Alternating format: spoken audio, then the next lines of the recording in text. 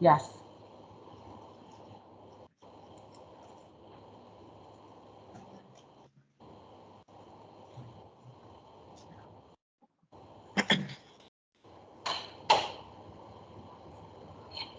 Put this on there. Yeah, why not? Um, we have the mirror.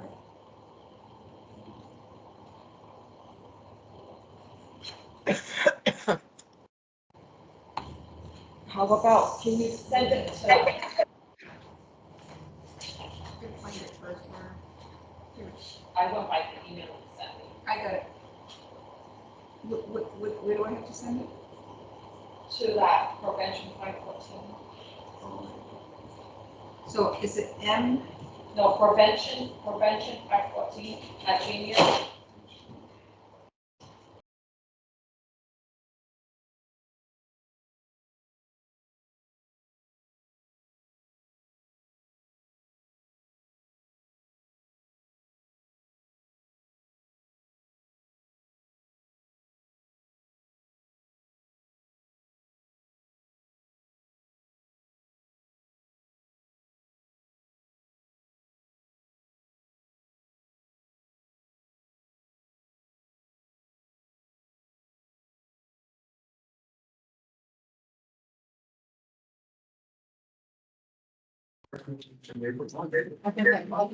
Carrie, let me.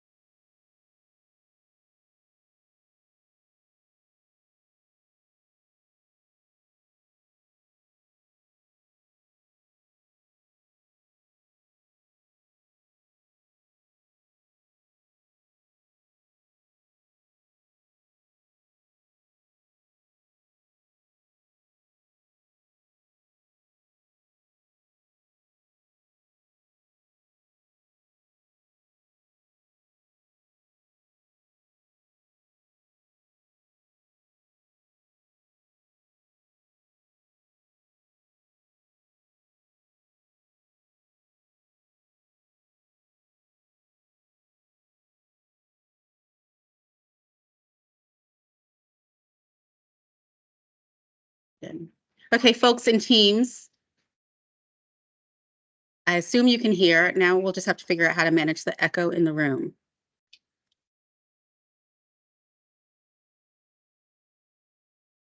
We'll work on that and keep going. Gianna, I also seem to be in, nope, I got it, never mind. Okay, once again, good morning, good afternoon. The day has moved beyond morning. Our agenda for today, we do have a lot of updates, so I apologize. There will be opportunities for discussion, and we will be looking for your input on a few areas. But I will admit upfront, there's just a lot of information we want to download with you all today. So please, committee members, don't hesitate to ask questions along the way. I will have some questions of you all, but be prepared to absorb, process, and then generate some questions and ideas. We will, because we will be over our next couple of meetings, determining the recommendations for FY26 allocations. We will take a moment today to review our commitment to equity. So you have a copy of that in front of you for our newest members whom we will introduce in just a moment. This is a work product of this OSAC committee from the last year. So we'll review that in preparation for our planning for FY26 allocations. We will take a look at what has been spent and the activity that has occurred from FY23 and FY24. We will confirm, because this committee voted on FY25 allocations based on a projection of how much money would be available. So we will confirm the amount of money available and remind folks of the allocations from 25. And then we will get updates on some of the deliberations of the Governor's Overdose Task Force and its committees. And though that input will help us in our planning for FY26 allocations. So we're going to review all that. With that, I do want to introduce our newest members. So as you know, we had the first occasion of terms expiring, and so we are pleased to welcome 2 new folks who were voted in by the committee, and then we also had 2 folks who were municipal representatives, county representatives, who rotated off, and so we have their seats filled as well. So we are a full set. Miko Lincoln, welcome to the committee as a community expert. Alex McAdoo just had a baby, and slightly stalker-esque. I have seen the pictures. The baby is beautiful. Mom and baby are doing well. So we wish them well, and we look forward to welcoming Alex in person as soon as she gets a little bit of time with her precious new one. Matt, I believe you prefer to go by Matt, or we'll go by either Matt or Matthew, I think you said. Matt Clarkin, representing Kent County. We're glad to have you. And then Patricia Resendiz is welcoming you from Bristol County, representing Bristol County where she lives. So thank you to all of our newest members. They've all had the opportunity to go through orientation and are prepared to dive in and contribute to the work of the OSAC. Another transition that we've had since we were last together is that we've welcomed a new director to the Department of Health. And so I want to welcome Director Larkin. And let's see, if Director Larkin is online, I think he may be now. I want to give him a moment to speak. So if you are muted, if you can unmute yourself, we'd love to give you an opportunity to say a few words.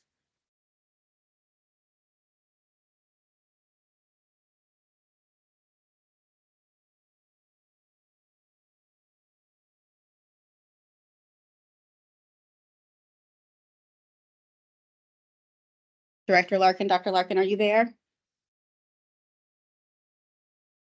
He may not have been able to join yet. I know he had another commitment.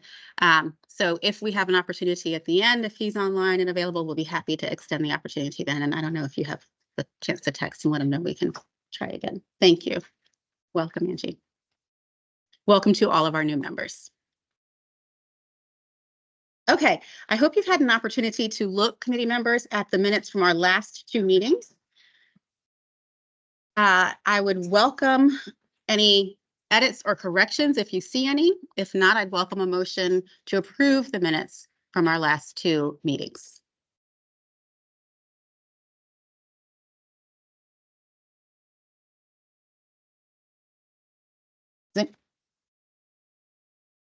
Oh, I'm sorry.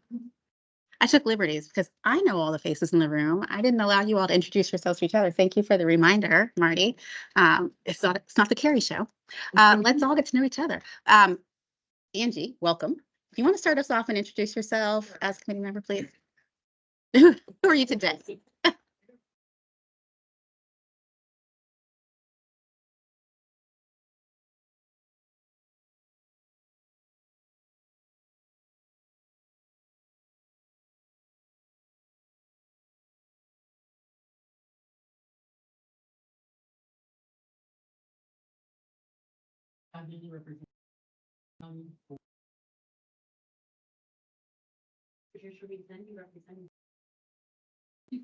From the Attorney General's office, filling in for Matt Clark representing Justin Burke, I'm in the position. And Ms. Baylor. And because we are so reliant on the EOHHA staff who support this committee, I'll ask you all to introduce yourselves as well.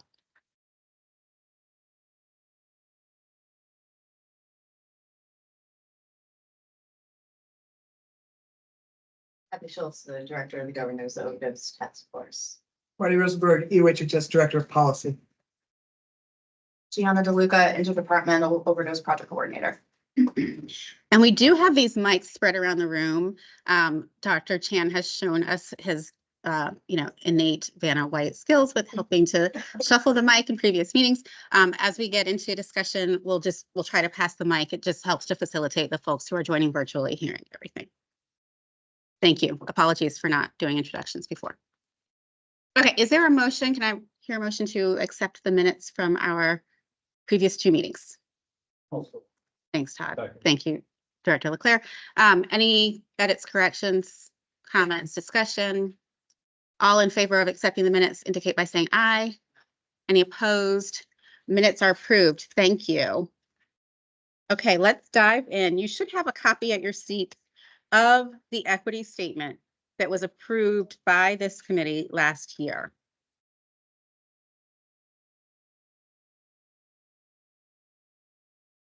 It looks like a 3-page document stapled together. Yes. Path forward to operationalize equity.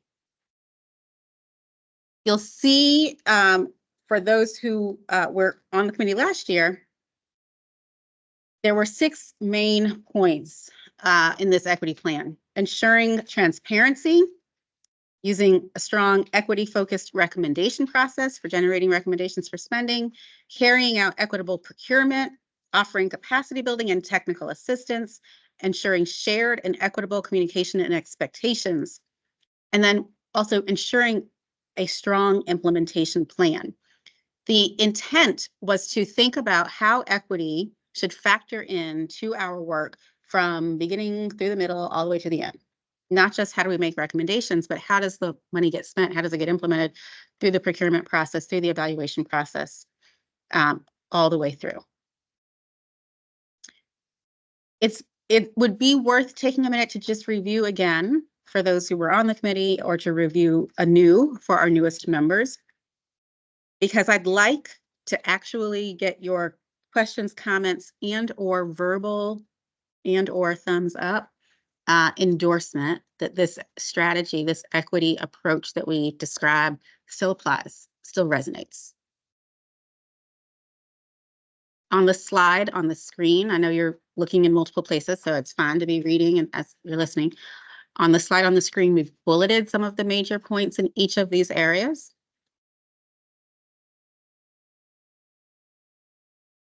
But as a reminder, we are committed to ensuring equity in our approach to making recommendations, and our approach to procuring funds, in our approach to evaluating the work, and our approach to having a representative sample of Rhode Islanders on this committee.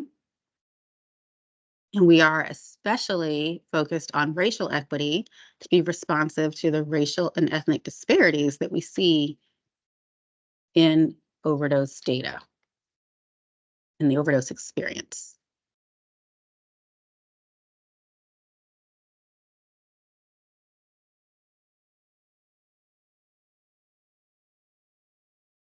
I see folks reading, which is perfectly fine. So that's why I'm also perfectly fine with quiet time while you review.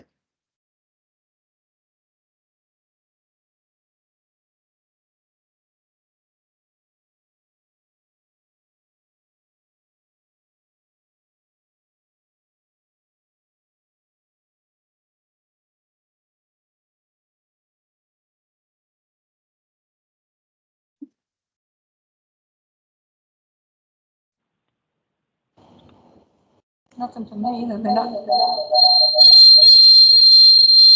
Mine's off. I'm going to mute everyone again. Okay, any questions as you review our equity commitment? Not just a statement, but a commitment.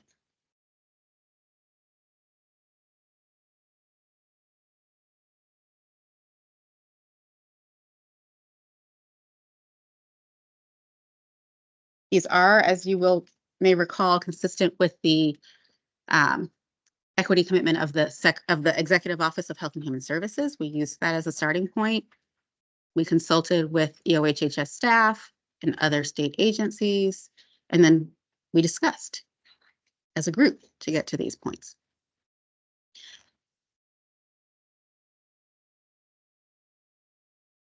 Because of its importance, this isn't a vote, but I would love to just hear folks verbalize yes or no. Does this still represent your commitments as members of the OSAC to equity? Yes, no, does it still? Right. I see a thumbs up. I see head shaking, looking around, thumbs. Is there anything missing?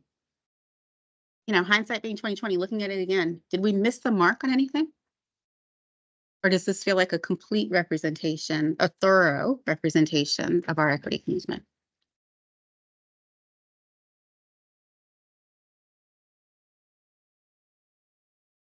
Dr. Chan? Maybe to call out, I understand the focus on different racial and ethnic disparities, but sometimes it's helpful to call out what those disparities are when we focus on those groups. It's very generic, which is okay. But I think sometimes being explicit, for example, are Asians part of this group.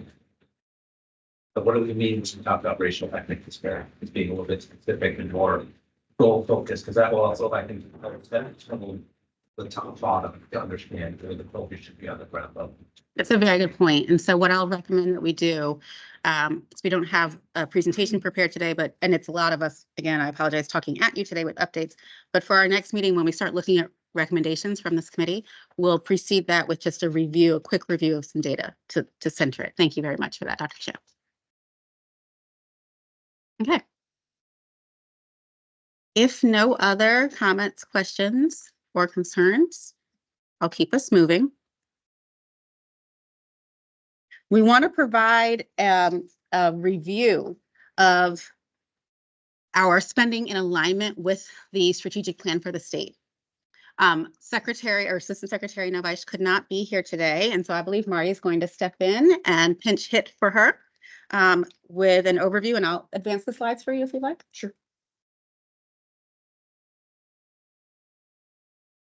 Thank you so much. It's good to see everybody. I want to first thank you for your commitment to the path forward to operationalize equity. We think it's one of the most important things that we can be doing. As we prepare to review the budgets, I'm going to present the community input process for the task force. And as we do that, it really does make sense for us to think about equity. That's why we started with that. We want to make sure that you are thinking about equity as we are always thinking about equity. So some of the process that I'm about to talk about is going to be known to the committee members, but with our new members, and it never hurts to have a little bit of an update. So I think the next slide.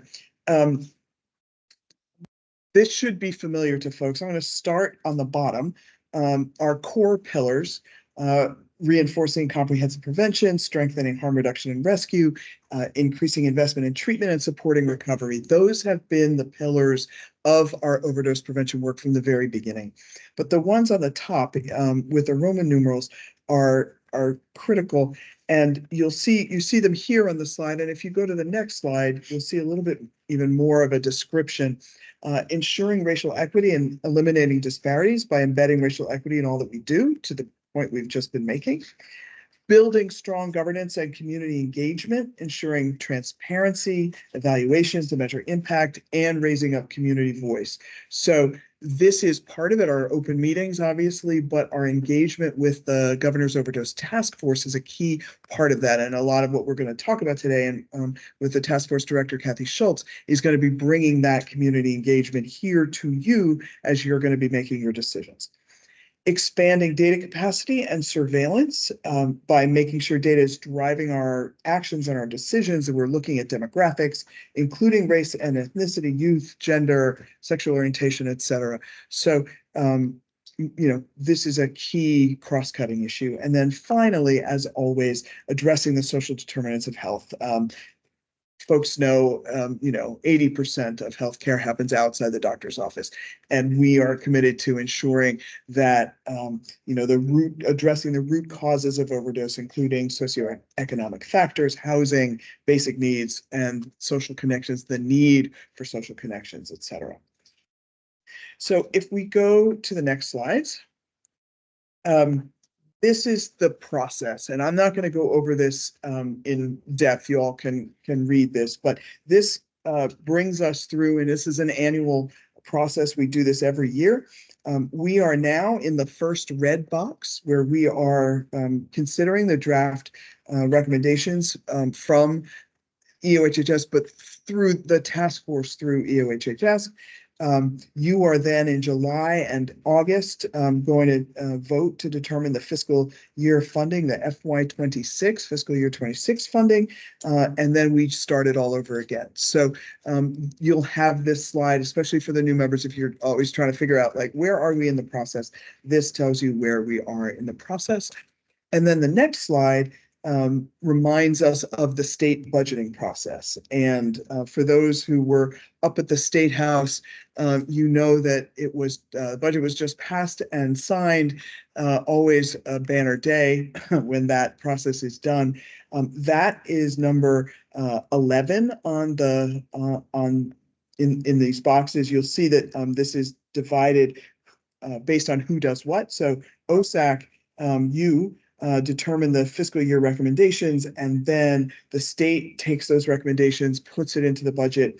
The governor's office or puts it into the budget proposal. The governor's office puts it into their budget, and then the House and the Senate evaluate it and vote and approve the appropriations bill. It comes back to the governor. So in this irony of things, the legislature just did 11 and 12, and guess what? It's right time to start number 1 again. So in this ongoing process, we are in the moment where the state likes to take a little bit of a breather, our state employees, to say, okay, we just got that budget passed. Now it's time to start writing the next one. But for the OSAC team, we don't get any breather, because here we are starting the process, basically a week after the budget passes. It's our annual process, and we love what we do. So this is good. The next slide gives you an update, puts into context where we are financially, and gives an update on spending. And you're going to get a program update soon. So you're going to see the programmatic components behind these numbers. I will remind you that the allocations that the committee made for fiscal year 23 was $20 million, a nice round number. So far spent on that, 4.1. I'm going to talk to that in a moment. Then fiscal year 24, what was not spent was carried forward. And now you have the total that was available to us in fiscal year 24 in that third column of numbers. And then you'll have what was spent in 24 through May 31st. And I'm going to speak to that in a moment. It says May 31st, but that really, because the spending often happens about 2 months behind based on when a vendor finishes a project, finishes a deliverable, whatever, then invoices that the invoice takes about 30 days, and then the payment takes 30 days. So even though it says March 31st here, it's probably work that has been done through it says May 31st. It's work that has been done through March 31st. It is just the reality of community folks spending money. It's how it happens. So together, it's over $12 million has been spent to date. And it's frankly, as I've just noted, it's way over $12 million. We just don't have those numbers yet because they haven't been reported. Spending has nearly doubled in fiscal year 24 in comparison to 23. And, spending is dependent on several factors. And as you talk to vendors, you know this: program planning, development, workforce capacity, and then the process of invoice submission, as I've said. In addition, it's, I think, important to note that a lot of the settlement funding projects are are braided with federal dollars. There are two funding sources, sometimes three funding sources in any project. The state has determined in a very smart way, I think, that these settlement dollars can be carried forward so that when you make an allocation, it's not a use it or lose it type of thing. And if a vendor is given the dollars, they get to spend as the program happens. They are not rushing to spend, and sometimes spending on things that maybe weren't initially conceived of. But federal dollars are often use it or lose it. So entities tend to spend those first and bill those first, and then we'll spend settlement dollars. So that gives you just a little bit more insight on the spending. And like I said, you're going to hear the program updates soon, and you're going to see how much work is actually going on, supported by these dollars. And then my final slide is a reminder of the fiscal year 25 recommended budget, the budget that will start next Monday, that was just passed.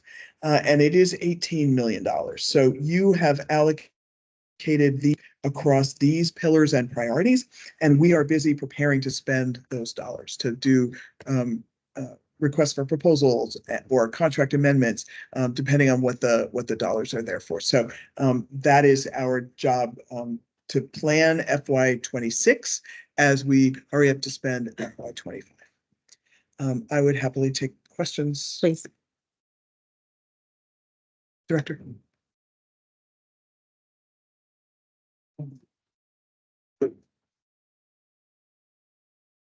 Breakdown of the numbers for fiscal year 25. That's the 18 million that you indicated. That's appropriately. Is the carryover forward, roughly according to this, another 20 million? The fiscal year 24 that has not been spent. I know there's a rundown for several more months, but if that were the end, then it's just a difference between what was spent and what was allocated. Yep. So there could be up to $40 million available for next year. Yeah, we don't know how much it is, but whatever it is, can be carried over. We don't lose it. The vendors don't lose it. They get to keep, it's still in their contracts, and they get to keep spending it. And it might be worth just pointing, oops, sorry, I'll just say, it is our practice to not reallocate monies to different pillars. If there's carry forward, we use the carry forward, apply it with, to continue the contract if it's already been contracted, et cetera. But if it's not for some reason or cannot be continued, to still try to apply it within the same pillar. And if there is a difference, couldn't think of a more fancy word. I'm forgetting if it's delta, but 10%, I'm trying to remember what we said as a threshold. If there's a recommended change of, I think it's more than 10% within a pillar, to bring it back for discussion with this body. Yes. Typically, how closely does the final budget resemble what the committee is now? Quite closely. I mean, there haven't been major changes. The process is when the committee makes its recommendation, it goes to the secretary. The secretary can accept it or change it with a communication back to the committee. That there have not yet been secretariat communications back to the committee. And we have not also had changes from what the secretary puts in our EOHHS recommendation to the governor, and no changes from what the governor has put in the budget with the legislature. They have tracked. Yes, Todd. Have you seen any political priorities that haven't started? Is there anything That hasn't been started at all. hasn't happened yet? There'll be that program update, but no pillar has not been started at all. Treatment is the one that you see like had less spent in 23, but look how much has been spent in 24. So you can see that the final when you look at all of the spent columns, nothing has not been started at all. There were some program, we're pleased that we're going to have some good announcements coming up on new grants through the Rhode Island Foundation project, and things that had been taking longer than we wanted are now encumbered. So we're excited about that. Question, I assume you do no cost extensions, so what happens if an organization doesn't spend by the end of their, say, 2-year contract? You automatically grant like a 12-month no cost extension? We haven't had a situation yet where we've gotten to the end of a contract needing no cost extensions, but we would certainly consider no cost extensions, yes. Things happen in the community. It's, we know that staff people leave, buildings have troubles. So we're not looking, we want to see, it has been our perspective, and we believe it is your perspective as committee members, and you should tell us if it's not, that once something is allocated and then encumbered, so allocated is we know what we're going to spend it on, and encumbered is in a contract to spend it, that you want that to happen. So we're not looking to take money back from folks. We assume that that is how you all look at it until you tell us differently. Any other questions on the financial update? Not seeing any. I will invite Kathy to come up to the hot seat. Actually, not that hot. Pretty friendly group. He and her name. So I will actually stand because the light will bother me or. Bring the chair forward. So hi, everybody. I'm Kathy Schultz. I'm the director of the Governor's Overdose Task Force. I think most of you know me. Welcome. And thank you for joining us. Christina is our data analytics person, and she is actually, how we design this presentation is really, we're going to look at a lot of detail on projects, and we will be here for a very long time if we do that. So you do have your packets.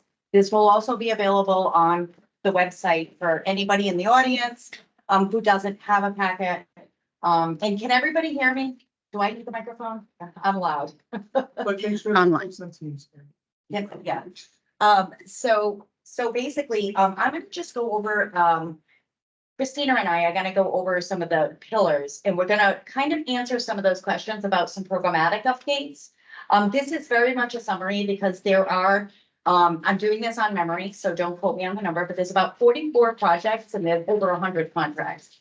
So there is a lot of information. I also want to thank, BHPDH, the Department of Health, for really helping, and also EOHHS staff. Our project manager, Mariama, who is been here a few months now, our evaluator, and Michelle is not with us. She is our budget person, and of course, Marty and Carrie and Gianna. And I'm thanking everybody because this was a lot of work. Like we all, it was a interagency approach to really get updates on where we are with the project so that we could show you all. It's not an evaluation, it's more programmatic updates. And then Christina actually has created our programmatic dashboard with the team. She has worked very closely with our evaluator, and she's going to give some highlights one highlight for each pillar of some of our programmatic updates. So with that, we can go to the next slide. So this is our cross-cutting pillars. We put most of those together. The only one of the cross-cutting that's missing here is the social determinants of health. And as you can see, we have the pillar and / project. It's kind of put together. And then we have the funding sources. And as you can see to what Marty was explaining, is that many of our allocations or our projects are actually graded funding. So this shows a little bit of some of the work that we've done. And you can see in the far right corner, the status. And again, I want to move us through this and get us to the fun stuff of the programmatic update that Christina is the programmatic dashboard that Christina created. But I wanted to kind of highlight some of the things we did. For the racial equity, we have not spent any of the settlement money yet, but we did have some funds where we did have a racial equity training for the community co-chairs and the state co-chairs of the task force. So we started there with Blue Meridian funding that just happened on June 5th. For governance, as you can see, some of this is staff costs. We have our evaluator. We know that we need to evaluate to make sure that we're looking at impact. We have our, EOHHS staff, our programmatic staff, and also our contract oversight staff. And we also have entered into a MOU with URI to increase capacity for evaluation. Because as you can see from the dollar amounts and also the amount of work and the amount of projects, like I said, roughly 54 projects, and I may be missing, because I'm doing this on memory, looking at a spreadsheet. That's a lot of projects, and we really want to make sure that we're looking at all of the overdose work. So that is what the intention is of that MOU and that partnership with URI. And then we also have emergency funds. So xylazine, I want to say that first. We had a CPRS classes with one of our partners. We basically knew that in order to respond to xylazine, which if you don't know what xylazine is, if you're new, xylazine is an additive to fentanyl, what we're finding in our drug supply. And we knew that we needed to respond differently to emergency overdoses. So we were able to use some of that emergency funds for that. And then we had some supportive services for our warming station. If you all don't remember the Armory, EOHHS was able to partner with the Department of Housing and build that stronger relationship and add some supportive services there. And then of course, data. Everything we do needs to really be aligned with data. We need to be looking at data and making sure that all of what we do is data to action. Next slide, please. So I'm going to hand it over to Christina. She's going to give us the highlights of the programmatic dashboard. Thank you so much. All right, so just like Kathy had said, I am currently building a programmatic dashboard with Tamara, who's our program evaluator. And so what this pretty much means is I am aggregating data and analyzing data from each of the programs that are being funded. We're still in process. We have a number of projects that are just getting off the ground, so we pretty much have preliminary data for most of them. But today what I'm going to do is for each of the pillars, I'm going to give a little snapshot of the program and some of the data. So for the first one, we have social determinants of health, which as we know is intertwined in all the pillars that we have. And so the snapshot here is demonstrating data for basic needs distribution. And so our partners at RIDO and BHDDH provided data on basic needs that were funded and distributed. So we have housing, food, groceries, transportation, et cetera. And just FYI, this graph is not representing all the basic needs spending that was done. It is so we have about 200,000 that was spent between January and July of 2023. But again, we're still expecting that number to grow once we get all the data. Yes. Does that include money spent specifically on the item itself or staff time as well to like distribute it? This is, as far as I know, this is just item level. Any questions before we move on? Yes, next slide. Oh, Go ahead. So, this represents 200,000 of how much that was allocated. That's a good question. What's on the basic needs? Do we have that number? I'm trying to look back, right? I don't have it on here because we didn't put the dollar amounts, but I think it is, no, it was definitely more than 200,000, I believe. And I'm doing this on memory. In the first 2023, I believe it was $750,000. And it carried forward because it was kind of in the middle of 2023. Yes, and this is not all spending that is for the, yeah.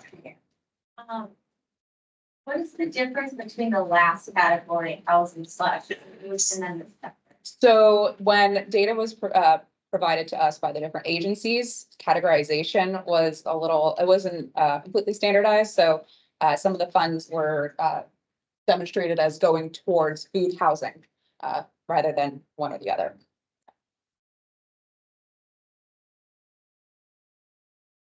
just try to compare that number of 200,000 to what was spent in 23 of 933.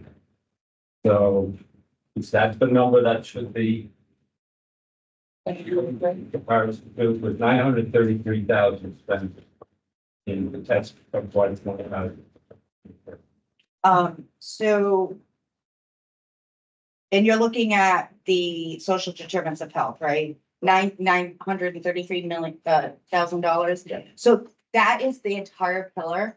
And we're actually got, another slide. You should see there's much more in social determinants of health. This is only one. Yeah, this is just a little, Yeah. little snapshot. Yeah, this is a small snapshot of the 54 projects. Anybody else have questions? Okay, this next slide, Gary. So, this is the social determinants of health. This is one of two. There is a lot here. So again, I want to be able to get us through, the presentation. I don't want to, I'm sure you'll, because I have to do the recommendations too, so you're gonna hear a lot from me today.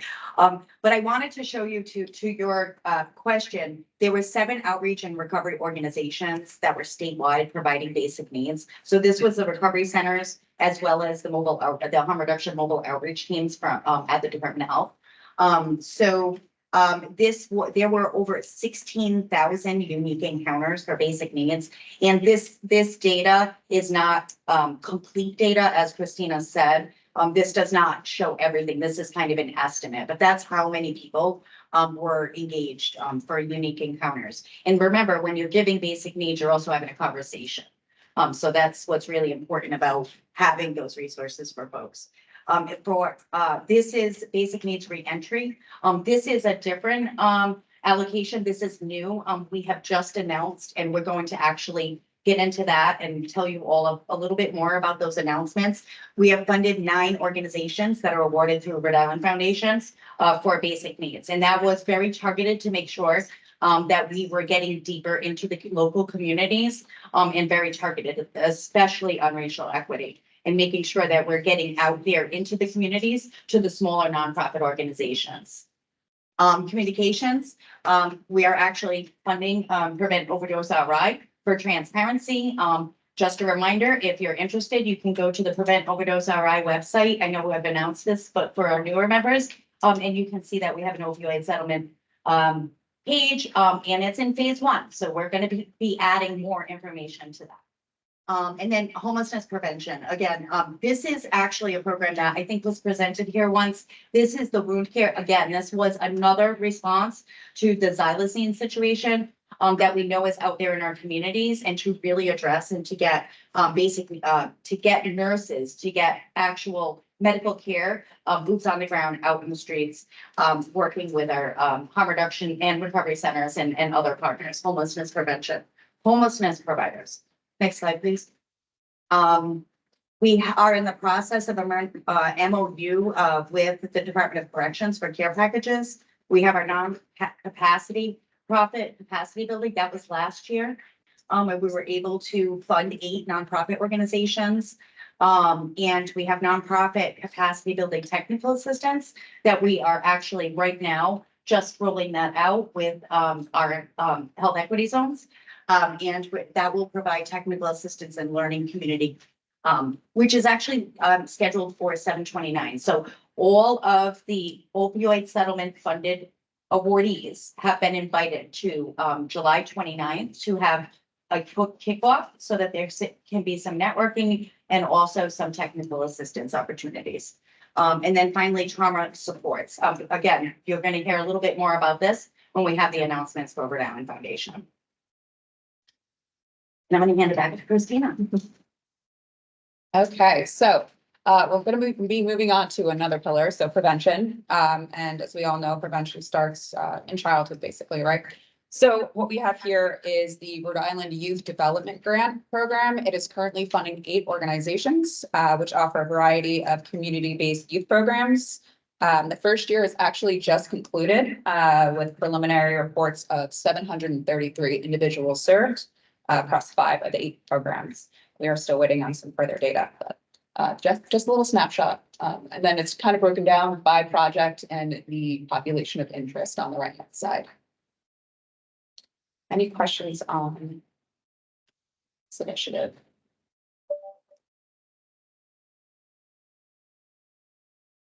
Yes, Sorry, I have, can I ask you a quick question about the last slide? I apologize. The I'm sorry, I didn't stop. no, that's fine. But the technical assistance that, is part of the nonprofit capacity building. Mhm. Can you talk about what that, who's providing that, or what's the type of assistance that will be going to all of the grants and vendors? Like, is that from community engaged people of how to best execute this? Is it from the Department of Health of how to like input data into the website? It's based on what the organization. Hold on, I'm asking Mm-hmm. for, yeah, so it's in partnership, Health Equities on the technical business program, the TCAP program. And it's over the course of the upcoming year, so they'll have opportunities. The first one is about networking, connecting and finding resources. And then the organizations are joined to that, so what exactly you need. There's been statewide surveys and feedback around like accessing grant funding and support. That's You may recall, Justin and Dr. Burke and our, when we first convened this OSAC, and to do the FY '23 allocations, one of the things we said we wanted to do was to create opportunities for the funded agencies to network with each other, learn from each other, and to build more community in this work. And so this is one of the ways to do that. It's being implemented through the TTAC technical assistance structure, out of the Department of Health, directed at HESAs, but now extending to include the funded agencies. And so that's the convening, the first of which will be on July 29th. And then there will be a series throughout the year of additional opportunities for them to get together. And they will help to build their own agenda of what they want to address.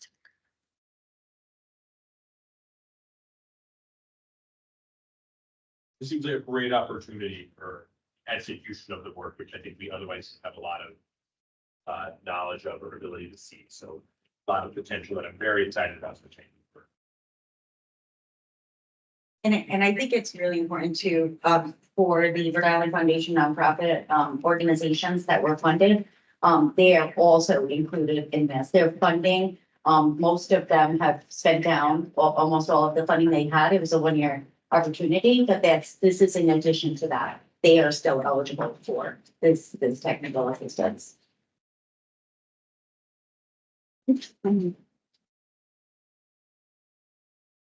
Does anybody have any questions about the data for the prevention before I move on?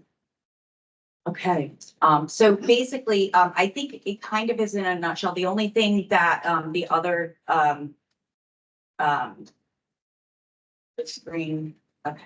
Oh, sorry. I know I should be. Making sure I looking didn't at need to my admit neighbors. anyone else.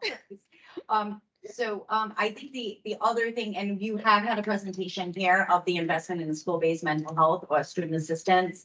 And that is actually graded funding with settlement stewardship. And we have 77 middle and high schools across Rhode Island that are participating in the Rhode Island Student Assistance Survey.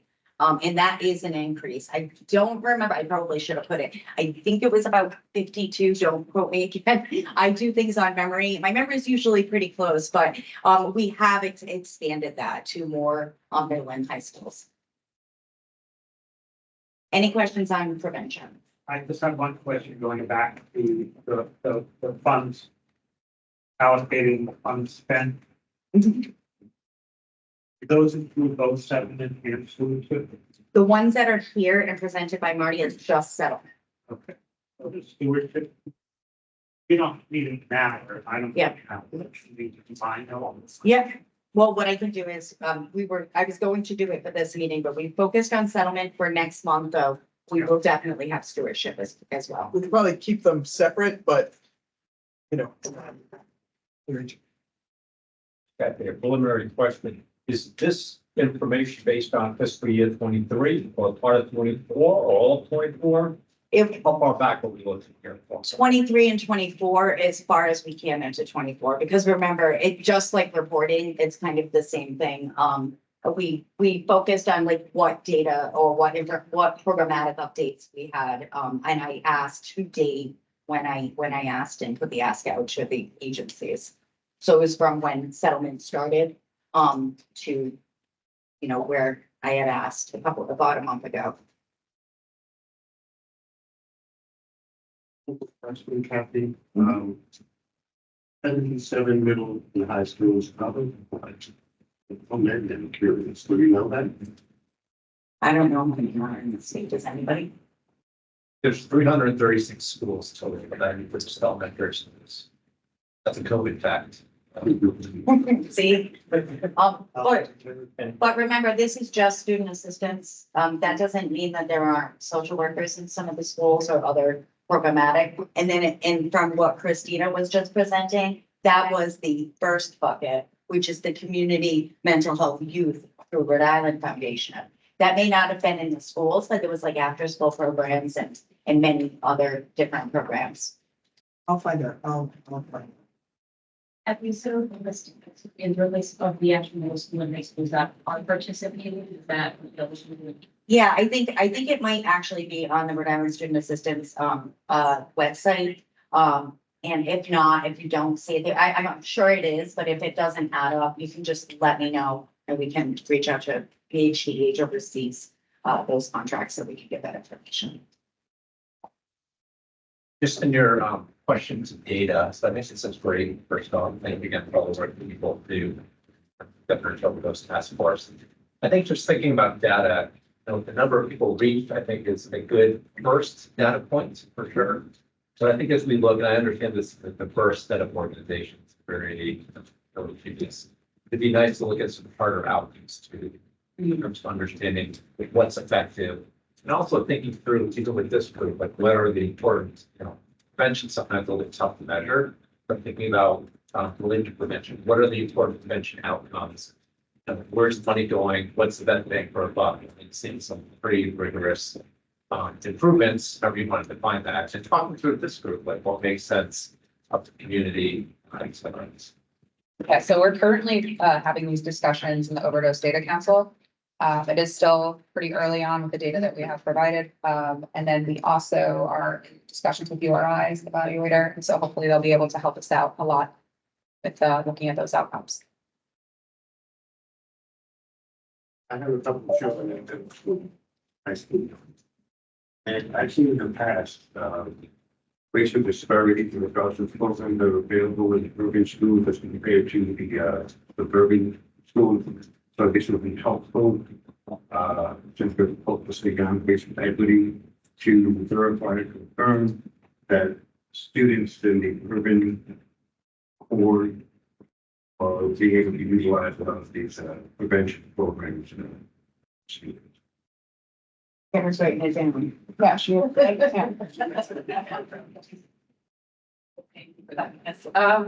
We have looked at it. I just want to say this, we have looked broadly at some of your questions, so we can definitely try to give you more of an answer to that. But I do want you to know that like that is not something that we aren't saying to ourselves as well.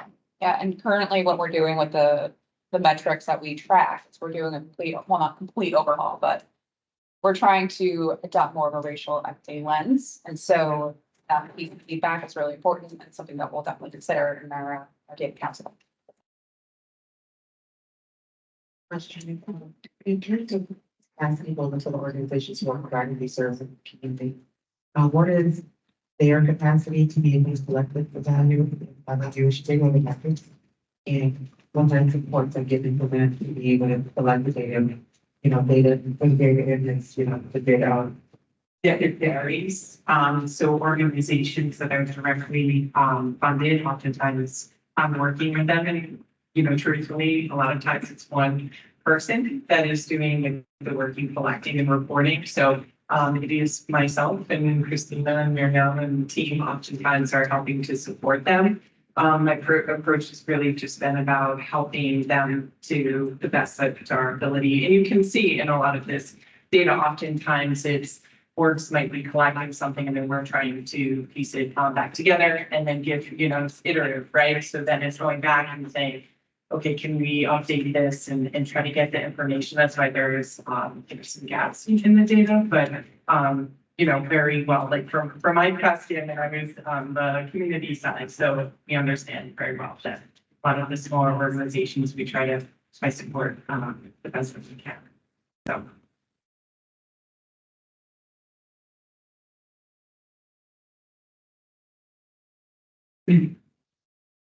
Okay. Thank you. All right, so beyond prevention, we have harm reduction and rescue. And so just one of the programs we wanted to showcase for you all today. It's the Brave Technologies, which is a supplier of devices specialized for opioid overdose detection and response. And so I know Tam has a really good description of this. Do you want to give a description of the program or? No. So basically, there are buttons and sensors that are implemented, and so they can detect when there's lack of motion, like just, yeah, lack of motion, and so they can alert for a response.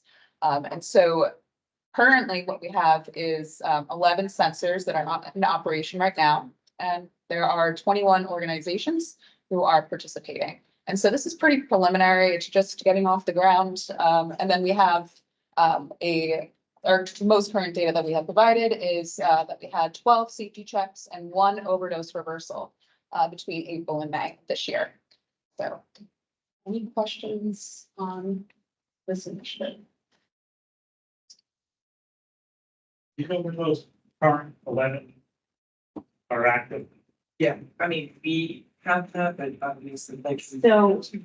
So it's preliminary and so I want to start with this project was funded in FY '23. It took a while because it had to be planning. There was a lot of making sure that we had a outreach plan. And we were getting in contact with, agencies. And what we discovered was that because Brave is out of Canada, that it would make sense for us to have a Rhode Island-based organization who has relationships with the organizations as well as people who use drugs or are at high risk of overdose to be involved in the process. So to answer your question, I don't have the information right in front of me, but we are in the process of pulling that, and we just want to kind of be mindful of where some of these are in operation, but the target is our harm reduction organizations, our shelters, where there's high risk, and geographic locations, high burden communities. So the plan is to eventually start with those locations that have High risk. most activity. Yeah, high risk, where we know overdoses are happening. They are mostly right now, what's being targeted is actually public restrooms or targeted settings. How expensive are the devices per device? How do they work? Is it like a motion detector? Yeah, it's kind of like a motion detector. Yeah, so just the technology, Brave Technologies are the ones that build it. And so a lot of this is very, it's specific to the site, the organization, so they're highly calibrated. There's a lot of technical stuff that goes into it. And then they work with each individual organization in training, and then there's a Rhode Island-based organization that is doing like the support and the implementation. They have 2 different types of technology, but most of, like, based on what the organizations that are placing them are requesting these sensors, right? So it's for a certain period of time that's based on all of their equations. If there hasn't been motion detected in this area, it sends off kind of a response that is activated. And then that's what you see there is like a safety check. Again, it's very specific to each organization and how they implement that. And I think we're already starting to see, I mean, that was in our first report within 3 weeks that they're working and folks are being helped. That first set of information there on the right with the activation. That's the cost associated with it. I don't have that, I do, but The entire contract or just by device. Either way. I don't know off the top of my head. No, I would have to look at it. There's 2 devices. Yeah.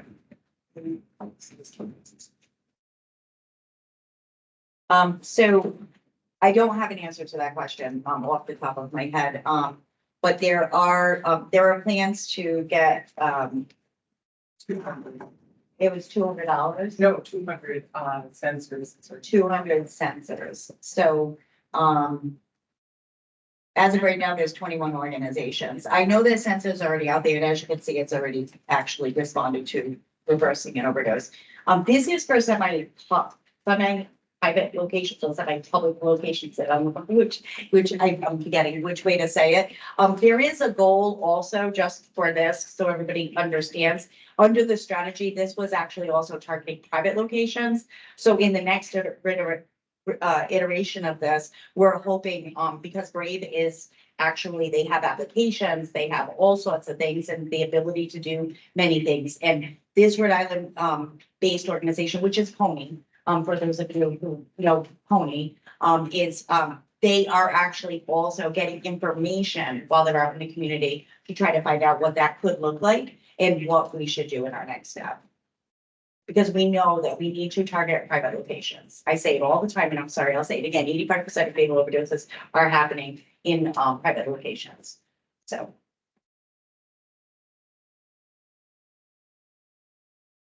Anything else on this? So again, this is here one of two. We know that we had a large investment in harm reduction and rescue. And this just gives you some of that status of that information. I'm going to zoom through because we are getting really past time. I do think it's important to just note that we are supporting the drop-in centers. This is rated funding, this is settlement and stewardship. And there 50 to 75 people are being served in the Pawtucket drop-in center. That's just an estimate. It's closer to the 75 individuals. And we also have expanded to the West Warwick Health Equity Zones, actually advocated for this for years. And when I was in there, I advocated for that to become a location. It finally happened, and they're serving approximately 20 individuals with peer supports. And then we have our existing outreach that is rated funding that started with the CDC overdose data to action. And we are continuing to sustain that because we know, and we were told by you all that we wanted to continue with those outreach efforts to make sure we had peer-to-peer supports as well as harm reduction tools getting out into the community, harm reduction infrastructure, and also the naloxone distribution and infrastructure. These are two different partners, as you can see, but one is for naloxone distribution specifically, and it's like the central hub. And then we have the harm reduction infrastructure, which is the central hub for harm reduction tools other than naloxone, except they do have the intramuscular as well. And then you just saw harm reduction technologies. Next slide, please. And we have a new outreach focused on BIPOC communities. This is very specific. We had the Department of Health actually put out a RFP to targeting organizations that are specifically providing services to the BIPOC community. And we have 3 organizations that were funded. And this kind of was delayed a little bit for whatever reasons. It took a little while with the evaluation and everything. So we weren't able to give a lot of data, except for there are 3 organizations. We are in the process of getting more information on that. The Overdose Prevention Center is over 50% of the 62 project planning milestones. And I just want to remind everybody that the Overdose Prevention Center is a planning contract to start us off, because there's a lot of moving parts to this. A building has been located. If you haven't seen any of the media accounts, a lot of that information has been shared publicly already. And so a building has been identified. They're in the process of renovations. They're working with the Department of Health for applying the regulations and also staffing plans and clinical partnerships and many other things. Safe landings, they're in the process of a lease agreement being signed. It's just waiting for state property approval. Post overdose, you did have a presentation from the Cove communities. That has ended, but that was funded through the settlement. And also TEPA, which is non-monetary. That is the actual naloxone supply, as well as the buprenorphine supply. Next slide. Okay, we have 2 more snapshots. So this one is in line with treatment. And so this is a program that is also just getting off the ground. It's called Building Futures. And the aim of Building Futures is to develop a recovery community within the trade industry. And included in this is the development of a certified peer recovery workforce. Referrals for treatment are made. There's education and tools for rescue and prevention provided. And there is also improved access to resources and education concerning stigma. And so there are a number of measures on this dashboard here. But as you can see, between October 23 and May 24, we have a count of naloxone kits that have been distributed with approximately 319 in the month of May alone.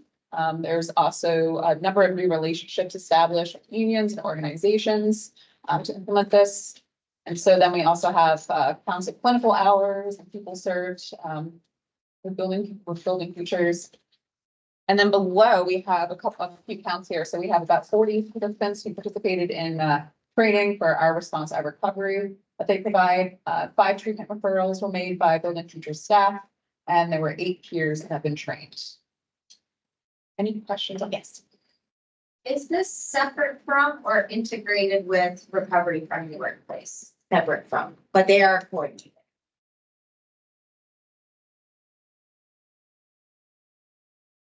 Questions?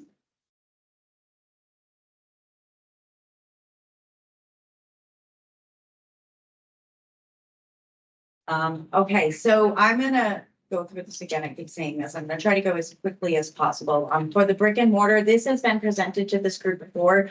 44 residential, 3 beds with additional plans to increase beds at Bridgemark.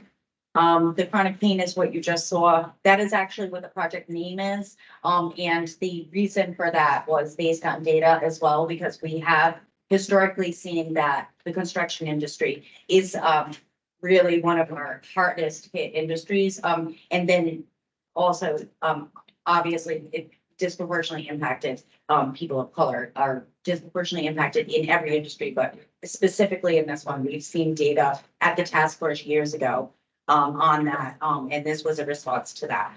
Contingency management, to date, the information I was given was 140 participants. It has increased their retention rate by 44%. The MOUD services, this includes the 24/7 buprenorphine hotline. This is rated funding with settlement in SAMHSA, or I think it's SOAR. I just put SAMHSA to keep, just in case it's block grant as well. And that is 1,371 individuals. We have stimulant use disorder. Where we are with that, because I know that it's been discussed and asked a few times, there is a stimulant use disorder conference that is happening this Friday. And I think it's this Friday. Yes, okay, good. And it actually has sold out, so it was free, but I say sold out because it's the easiest thing to say. But it's at its capacity, so it's gonna be a great lineup for that. To do some interagency planning, because we know that stimulant use, we've had many conversations, and we know that some of our physicians and our healthcare professionals, as well as our behavioral health professionals, have really come to the table to work together on that. Substance use disorder residential, providers continue to bill for uninsured and underinsured clients monthly. So this was for uninsured and underinsured folks, and SUD workforce supports. Additional feedback being gathered. Yes, so that one is kind of aligned with the other stimulant use. Kathy, in the future, it might be helpful if you had dollar amounts that were spent or allocated, then it would give us some perspective about what the investment is in those areas. Yes, thank you. Just one comment as well for the treatment outcomes. Again, just back data, our buprenorphine rates, usage rates in Rhode Island have been stagnant, right, for decades. So it would really be great to see outcomes for this. And I think under MOUD lifespan, it's listed, but really to see like new individuals initiating like that would be like a hard outcome. I just really want to push that a little bit because our rates of buprenorphine is just stagnant for Yeah, so we actually do currently track that, and we are also tracking sustained treatment, as well as some other metrics that we're in communications with some expert advisors on. Dennis?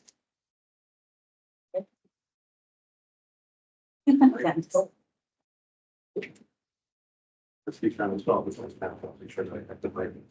As many of you know, we have found and co-chair of the Facebook Working Group of Governance Task Force.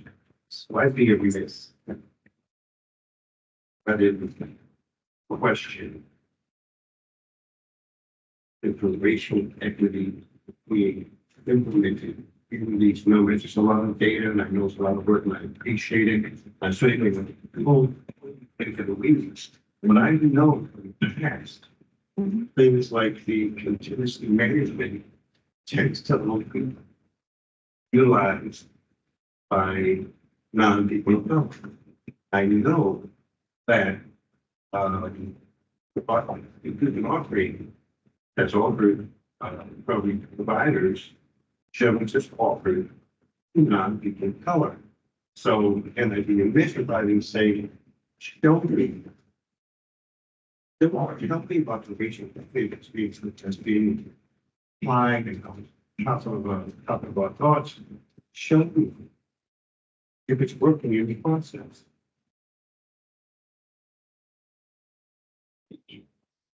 Totally agree with this. I think it's an important one. I think other things too, I know this isn't like the evaluation that we've all talked about to see if things are working, but even things like continuously management, I think my understanding is being implemented through OTPs, which is wonderful, though non-OTP patients are not being able to access continuous management. So that could be an area of growth for future OSAC recommendations. Also, things like increasing retention rates of 44% is difficult to interpret, you know, from what is what whom, what is retention is this, you know, to Dr. Chan, I think understanding of what the various specific outcomes are can be really helpful, not just so that we have a better understanding, but I think to kind of make a decision that we're asking.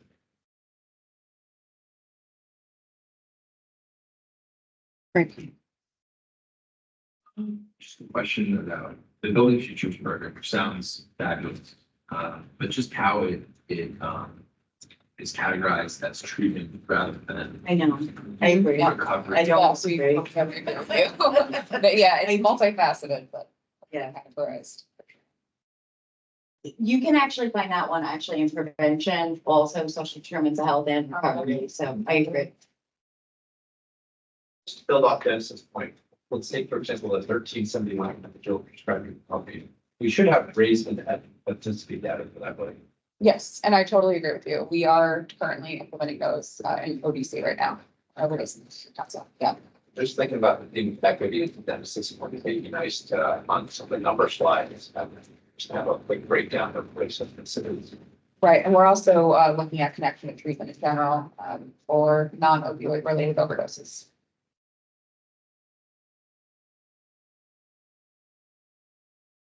Okay. Oh, let's see. Okay, all right, so next we have recovery. This is the last one. So this is just a snapshot. It is the substance exposed newborns peer recovery program. I know it says it works with pregnant people, but we also have pre and postnatal individuals who are being supported. These individuals may be struggling with opioids or other substances, and the program provides emotional peer support referrals. They assist with recovery to the substances, obviously with connection to care. This includes medication assisted treatment and the ultimate goal to reduce perinatal substance exposure and to improve health outcomes for both the mother and child. And so right here, we just have a group snapshot. Again, this is preliminary data. We have 117 individuals who have been helped by this program. And then over here, we have the referral source, so who is actually referring to this program. So majority is from DCYF. Then we have the SEN campaign, Women's and Infants Hospital, as well as community organizations and the ACI. So those are the sources that are referring. Any questions on this program? Yes. Yeah, of course. On the treatment program, as an example, and I think somebody asked for that. Director asked for some of the dollar amounts to be there. It would be also be interesting on, like, use as the example of brick and mortar treatment, 44 residential treatment beds. 44, what does that represent? You don't have to answer guys to get back. What does that represent to total amount of beds that are versus the amount of beds that are being consent?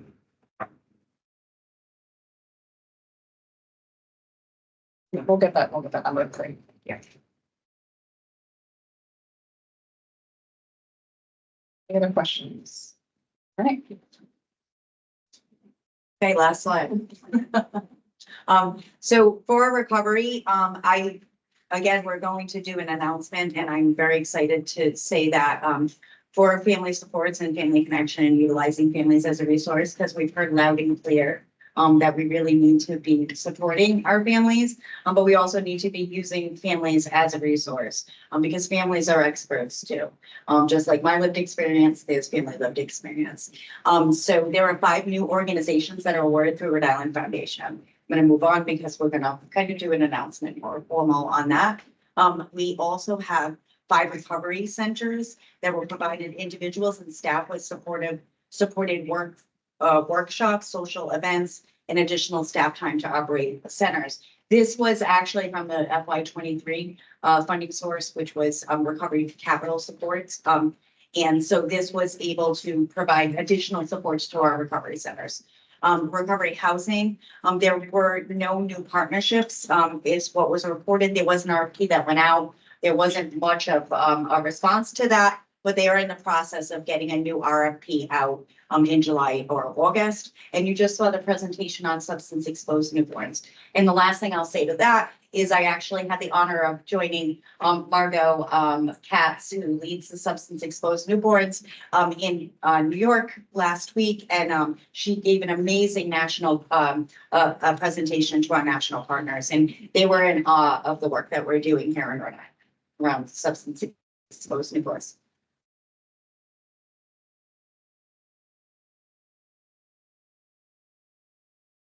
Any final questions for Christina and Kathy? Yep.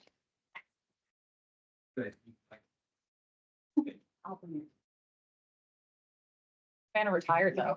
Oh, is it? I have a question about the evaluation.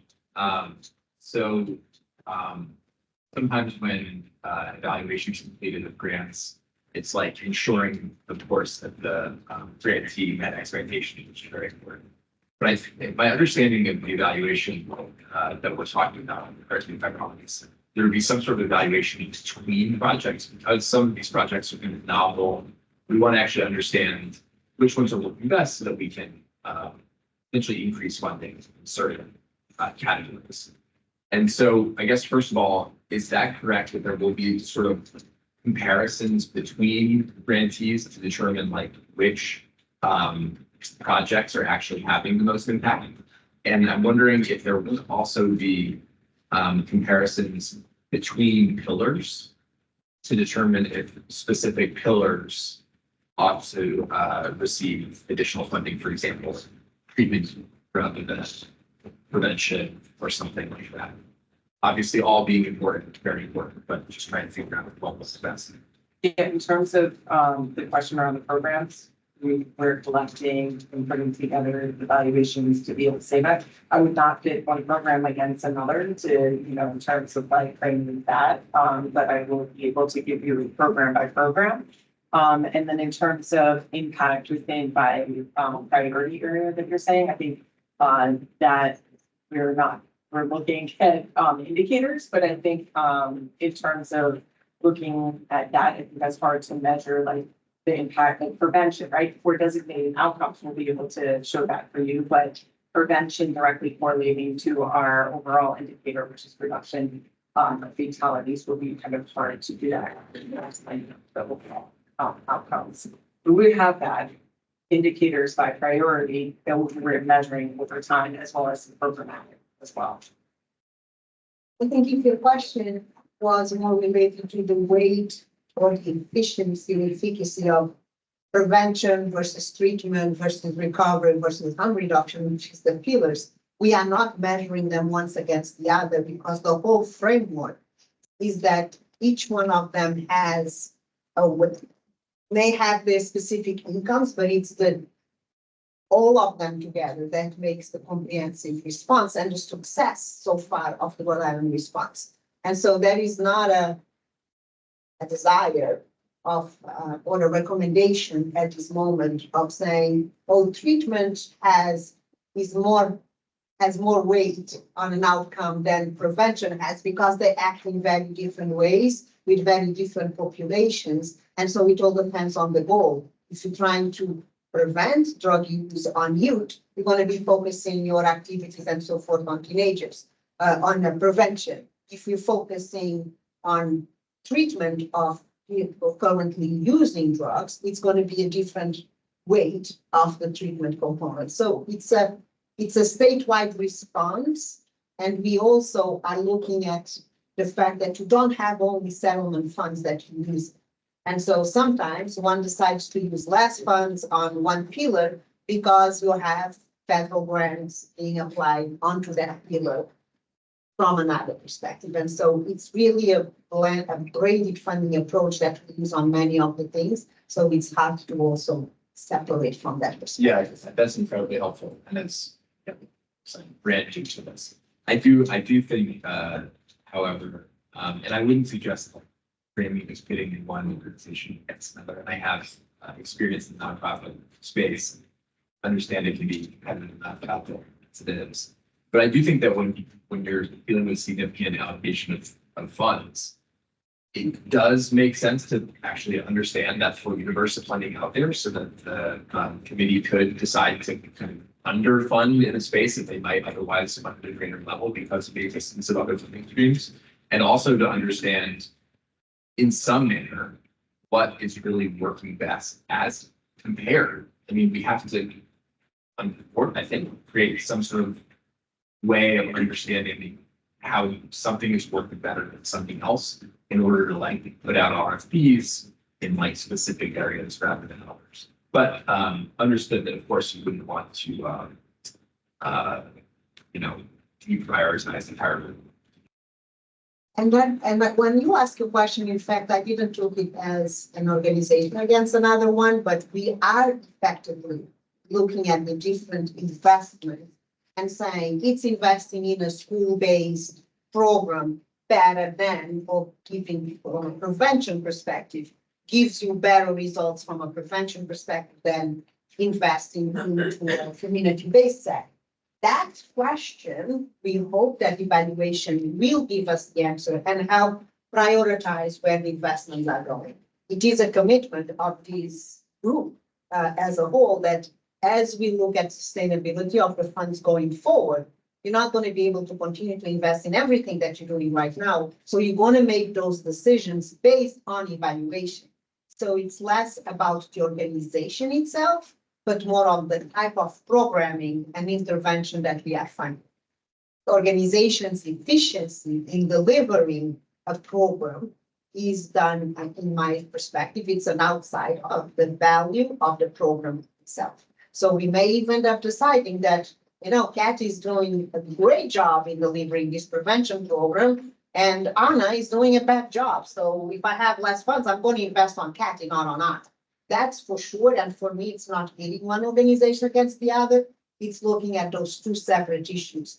What are the outcomes that we are getting from that program, delivering of that program, and how good is that organization in implementing the program. Those are two separate issues that impact outcomes, but they will be dealt with separately. Evaluation of the program is evaluation.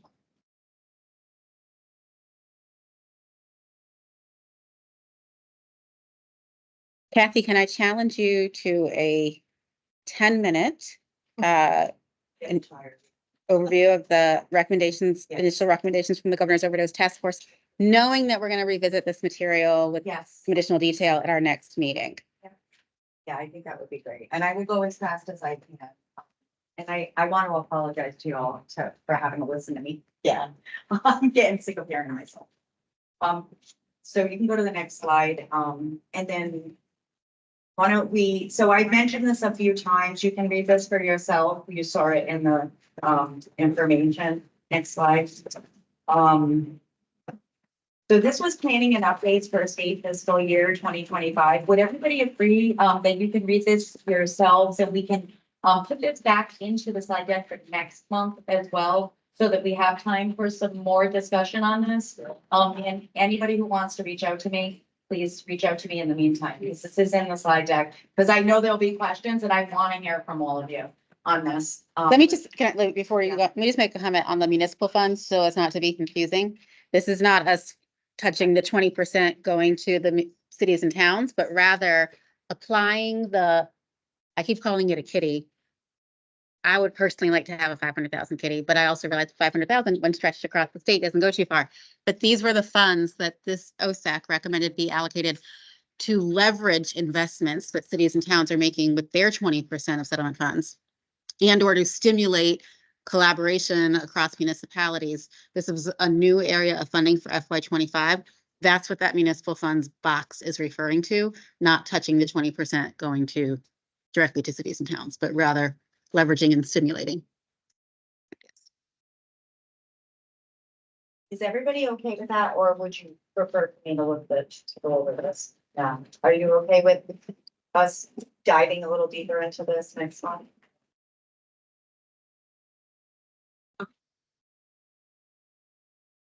So I'm gonna go over these recommendations. For those of you who were here last year, you remember me doing this. I feel like I want to stand up for this one, but I don't know why. Whenever the task force, I get like that. Anyway, so, next slide, please. I'm gonna go over this very, very quickly. Last year, I went over this. It's the same exact process we followed last year with a little bit of improvement. We actually got it out to the work groups earlier. So what I did in my role as the director of the Governor's Overdose Task Force is based on leadership, charged by leadership to go to all of the 9 work groups, as well as a couple of the ad hoc work groups that we have, namely the Overdose Data Council included. I went out to all of the work group co-chairs and I asked them, could you please bring this to your work groups and ask them what their priorities are for each of their work groups. And that is basically how we gather this information, and then we bring it to the task force to review, and then I bring it here to review. Next slide, please. So I, again, going back to the alignment, I think that Marty had presented on the alignment. One of the things that we talk a lot about impact and evaluation in order to evaluate, in order to look at the quality of, the work that's happening for the investments, we really need to make sure that we align those. So what we did was when we did the refresh of the strategic plan, we also made sure that whenever I pull the information from the recommendations, I make sure that I try to align this. We make sure that we can align those, because believe me, if I did this all by myself, I would never sleep. So I'm very, very thankful for the support that I get. And I want to thank again, our state agency, state co-chairs, and also all of our community co-chairs. If you're in Zoom or you happen to be here, for really helping with this process. This is to sort of to what Dennis was mentioning earlier. This is a priority of the Governor's Overdose Task Force, is our racial equity and eliminating disparities. It's to ensure that racial equity conversations are being embedded across all our pillars. And as you can see from the recommendations, now these recommendations may not actually have big funding that are directly in this pillar, but it should show in all of the pillars as we go through the recommendations.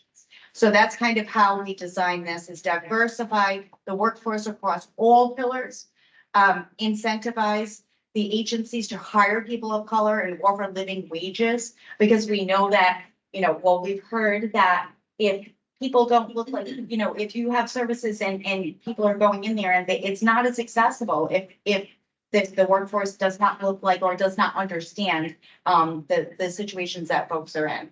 Creating more funding and resource opportunities for qualitative data, and increasing community-led marketing and educational resources, targeting marginalized communities and people of color. So these are some of the highlights of that. And when we talk a little bit more about planning next month, we can kind of see where that fits into that. So we have build strong governance and community engagement. This is the emergency funds and municipal alignment. This is, I heard loud when I was reading, we were reading these over throughout the process.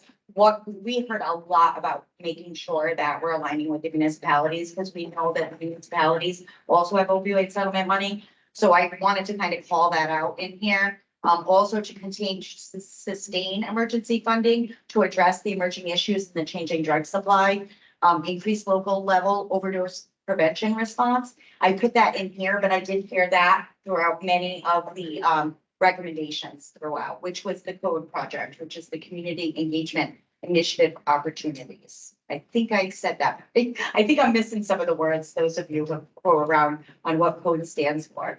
And then we track what we do and create a line of accountability. We heard that in all of the conversations today. And really that is making sure that we are listening to community voice. We're listening to the community when we make decisions or when we're pulling the recommendations and putting together proposals. Next slide, please.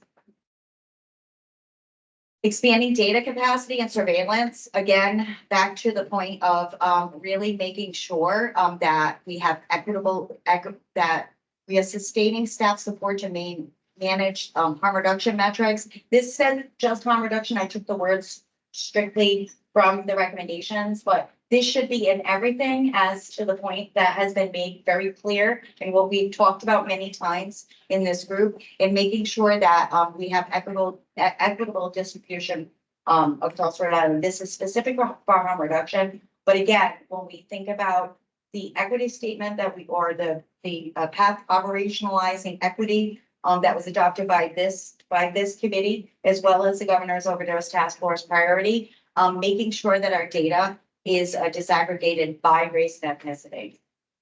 Pursuing additional data sharing across all state agencies. That's super important to make sure that we can meet the the expectations and also the transparency going forward. Next slide, please.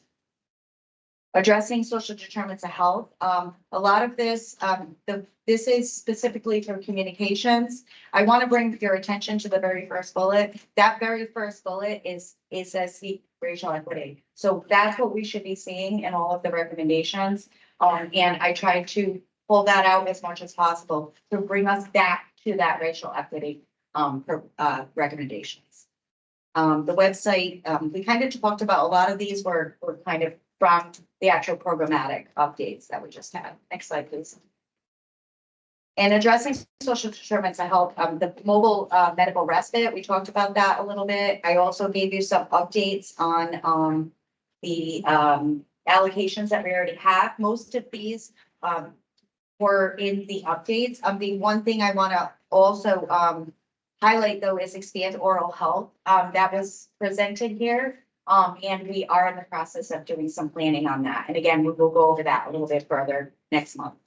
Offer grief and trauma supports, specifically for families, people who have lost somebody or somebody who, using families as a resource, because we know that's super important. And again, we saw that came out of the breakout sessions of the task force.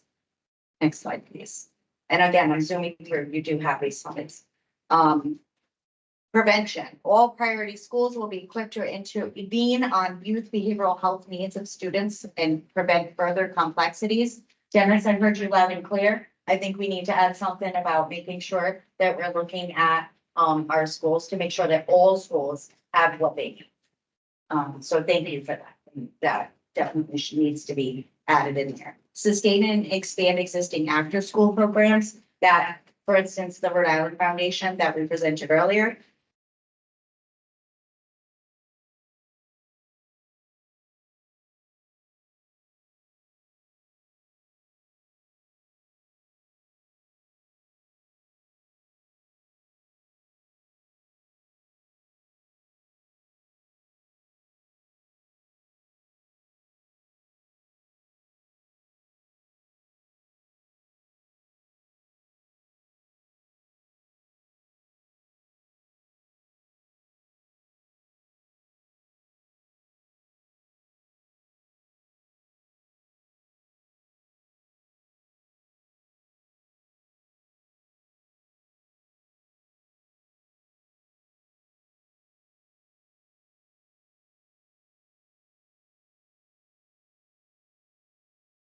Looks like we're back. Yeah, okay. Ready? It's like the wire came, we lost internet for a second. you want me to hold until we have? Yeah, I'm just muting everyone. One second. Okay. Yes, it looks like that. Okay, thank you. Okay, so harm reduction, sustain the naloxone accessibility via statewide plan and evaluate, impact. That is the strategy, but it's to sustain that infrastructure for the statewide, centralized IM and IN, which is intramuscular and intranasal, naloxone hub, to include storage, distribution, education. So I want to remind everybody, as you saw when we were doing the programmatic updates, we do have non-monetary settlements as well, which is the naloxone. So we need to be able to distribute that and have a centralized hub. And also to sustain the infrastructure for the harm reduction tool hub. We talked about that a little bit earlier. Sustain vending machines. Vending machines as of right now are part of, like, again, I only showed settlement. Vending machines are part of the strategic plan and they are funded through stewardship. But it also was a recommendation to sustain and expand the vending machines. The vending machines are 24/7 access to harm reduction tools, as well as infectious disease and other tools, care tools, and so on and so forth. And then sustain and expand innovative strategies to reduce fatal overdoses in private locations. I talked about that a little bit earlier. That was another recommendation of prioritizing using language from harm reduction and rescue perspective. Next slide, please.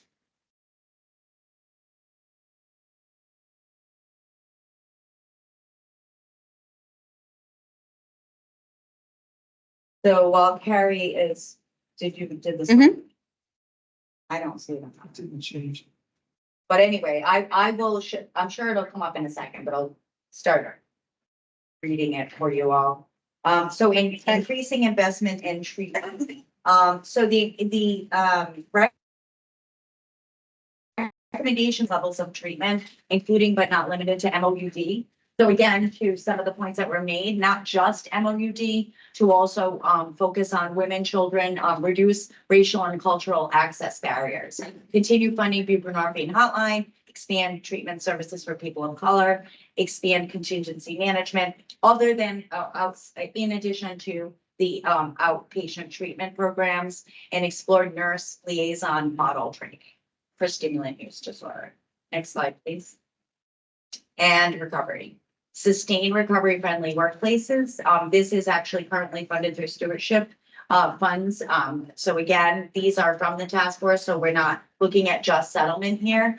Increase quality and availability of recovery housing, expand family supports and caregiver connection, continue to provide sponsorships and support for International Overdose Awareness Day, Rally for Recovery, supporting our recovery communities, and increase support of recovery community centers, sustain existing faith-based resources, create a regularly and updated community recovery resource guide, recruit, support, and expand and continue career opportunities and trainings for our peer workforce, and sustain and expand evidence-based peer support interventions for our prenatal and postnatal. I think that's the last slide. Did I make it through? Mhm. Okay. Are there any questions on the recommendations? So again, this is a lot of information and you do have this. It will also be on the website if anybody wants to look at this. If Senator Miller. So, as one of my favorite people, I hate to throw this at you. I know you did a fabulous job on this, and I participated, and I think Dennis participated in part of the report. The task force is an incredible resource. As those of you who aren't familiar with it, it's over 140 participants almost every month. If it's the diversity of who participates, it's amazing. He is a legislator, some of my most important, what I think are some of my most important efforts around this arena came from listening to people in the overdose task force. And my only concern and question on this, including Dennis's work in getting the overdose prevention center open, came out of that, and the emergency room standards came out of that. But my only question about this goes back to the first chart we looked at. If you look at the state fiscal year's update versus how much was allocated, and how much we spent. Yeah. If they were aware of those kind of numbers and how quickly this was coming out, and we presented that slide to them first, how many people in that overdose task force would say, if it's gonna take me a year or two, because my head is at my current condition and what I need sooner rather than later. But I really don't need that for you. I mean- But would they say, forget it, I just need emergency funding? I can't answer for I know you everybody can't else, answer, but But I have to put it out there. we did present, I don't know if you mean that slide with the budget? Is that what you're Yeah. talking about? We Yeah. did present that at the task force Because last. I'm just, speculating, a lot of these people think they're gonna get their money, sooner than the first slide represents. Which is, a year or two.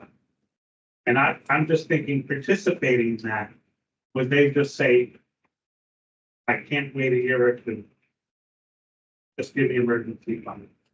But even the emergency funding, if you go, and correct me if I'm wrong, but even the emergency funding, if you go through the procurement process, it's still not gonna be right away. It still takes time. But I the- think it's important to two things. Point well taken, and I'm fine. I hope people can hear me. Point well taken, and we hear you, and I think it was the struggle in year one about the speed of spending money versus a careful consideration. Rhode Island has been mentioned systematically at the national level Yes. as one Dr. of the Chan, states, no, Yeah, let me finish, yeah. as one of the states that spend the faster, but also with the most guidance and strategy attached to it. So that's one thing that I think it's important to recognize the hard work that this committee, that you all did in coming up with the allocations and allowing folks to spend them. There's always also the tug of war between where you spend and how fast you spend, if it's going to emergency, basic needs, if it's going through treatment, if it's prevention. I don't think that there's ever enough money to spend on everything that everyone wants. But as long as we continue, I would say, here and to pay attention and to respond, to listen to those voices, the 140 plus of the task force, guiding them the decision making that you all have here. I think we are doing the best we can Yeah. within that structure, because it's important to recognize that those voices are guiding your decision making.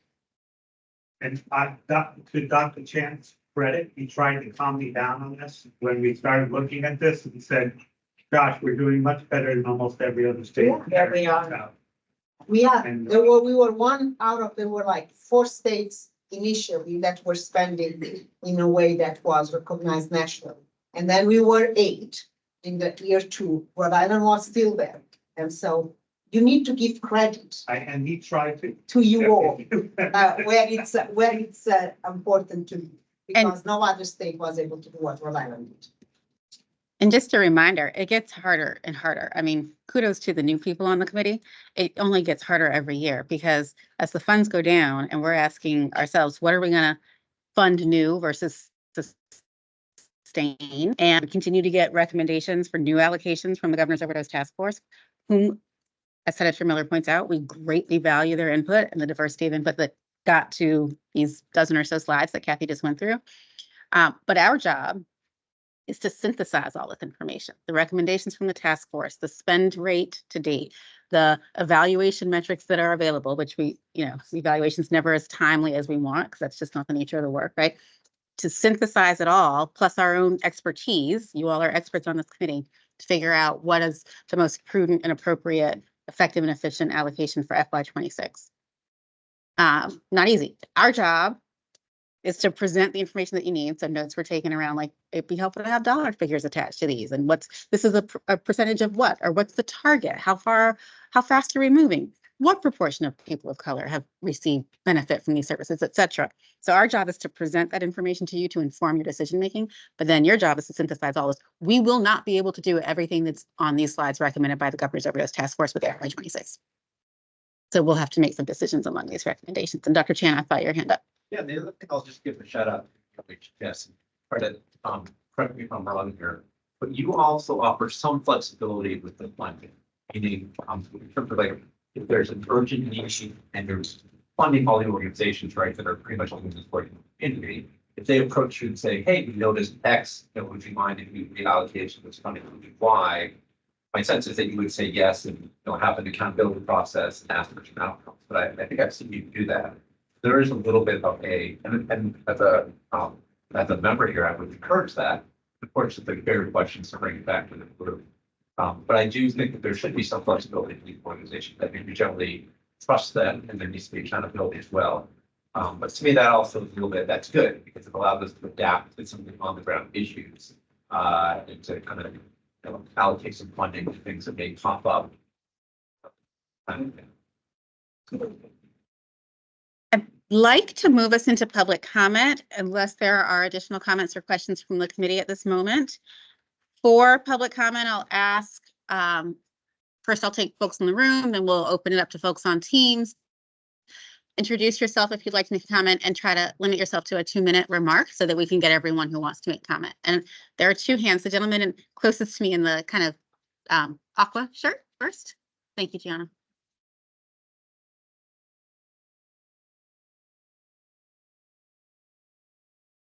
Yes, thank you.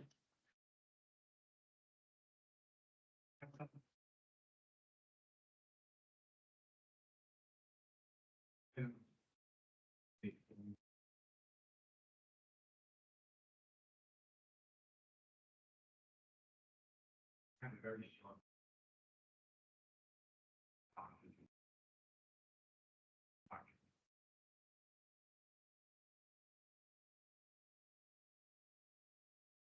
I can't believe that it's like state of Island, deeper growth.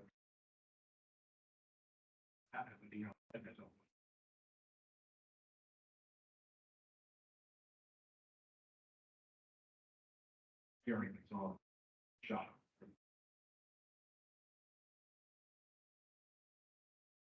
So that would give taking it's 10 minutes.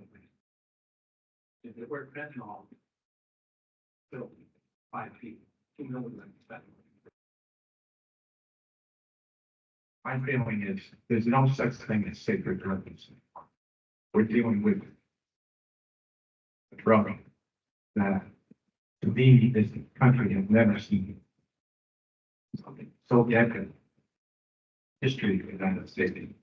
And I go on DEA's website, and as a matter of fact, I started a foundation of myself name. Yeah.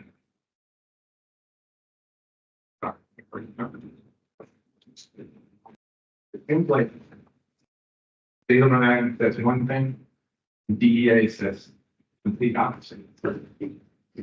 It's flaws and fentanyl test strips.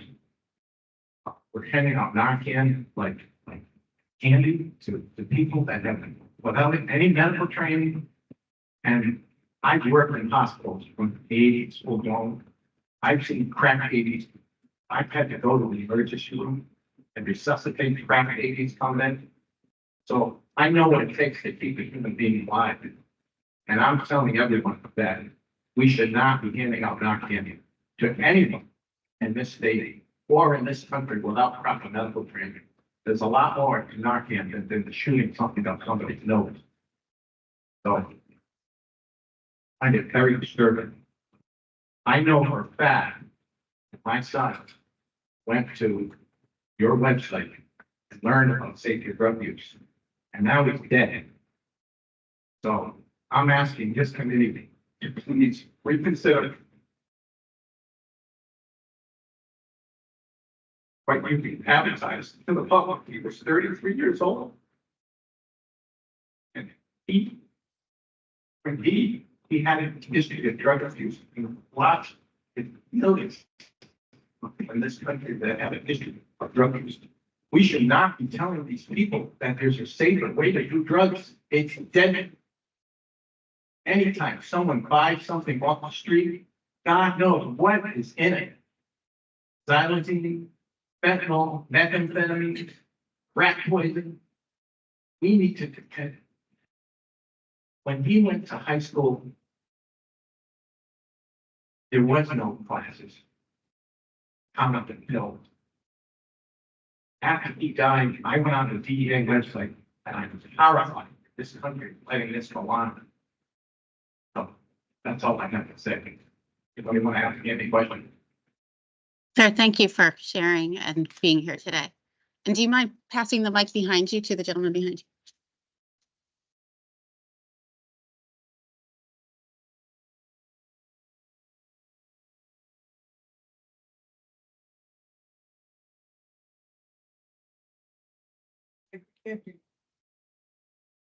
It's on.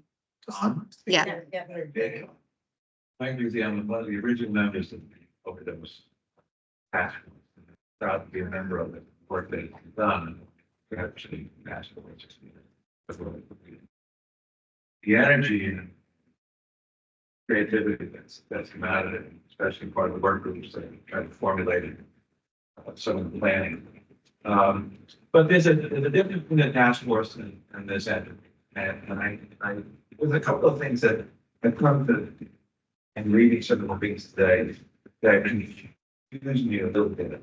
And I'm hoping that perhaps you can answer them. And I think it's probably, I'm sure that within the context of the settlement committee, you discuss this and that you understand it amongst yourselves.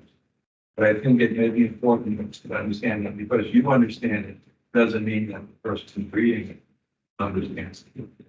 So the first thing that comes to mind is the problem accusation and at the other historical structural systems of oppression. It's kind of a pretty important statement, but it doesn't say much in terms of what that is. And I think it would be important in this statement to understand what you're trying to say when you say other systems, historical structural systems of oppression, and who are the entities that have been affected by that. Because there are a number of constituents in this country that have been affected by oppression. And I think the reference then was being LG. Poor people, women in particular. So I think it would be helpful to kind of be specific so people understand the context within which these statements are being made. There's another statement that talks about the focus on underserved communities of color. And I just, for clarification purposes, I'm hoping that does not mean that in a progression of consideration, that there are certain elements that are weighed more than others in terms of looking at outcomes, in terms of looking at decision making. Because weighing one thing against the other suggests that it may take precedent over other areas that may be equally competent, skillful, and successful, etc. So it's a nuanced thing for me to understand what that represents. I looked at the treatment slide that you presented, and it looked like there was a lot more stuff focused on pre-treatment than there was on actual treatment. And I think that that's the case. And I have to apologize. I couldn't quite read the handout, so maybe I missed some of the language that was there. But pre-treatment is not the same as treatment. Treatment is different, just like participating in post-op recovery is not treatment, it's a support system. It's there to provide levels of intervention, support, education, etc., not treatment. I have a hard time, and maybe I missed the point, where bricks and mortar to me means building, physical planning. I have a hard time understanding how adding beds is the same as bricks and mortar. And lastly, maybe not lastly, maybe it is lastly. So, we talked about, technical assistance. The question is whether or not we're relying on in-state folks for technical assistance, or whether or not there's opportunity to go beyond the borders of around to find folks that bring new, and I think that the methamphetamine can carry people from outside of Rhode Island in. But it's important to understand that there are experts all across the country that can come in and provide technical assistance. So those are just some observations. I want to, this is an ambitious project, and I want to congratulate people for putting the effort, and thank them for putting the effort in. But I think clarity sometimes helps people understand. And this is a small group. Small groups understand things in a way that the larger groups can't understand. They'll have to help to provide clarity when you provide statements. Thank you. Thank you, Mike. Any other comments in the room, Linda?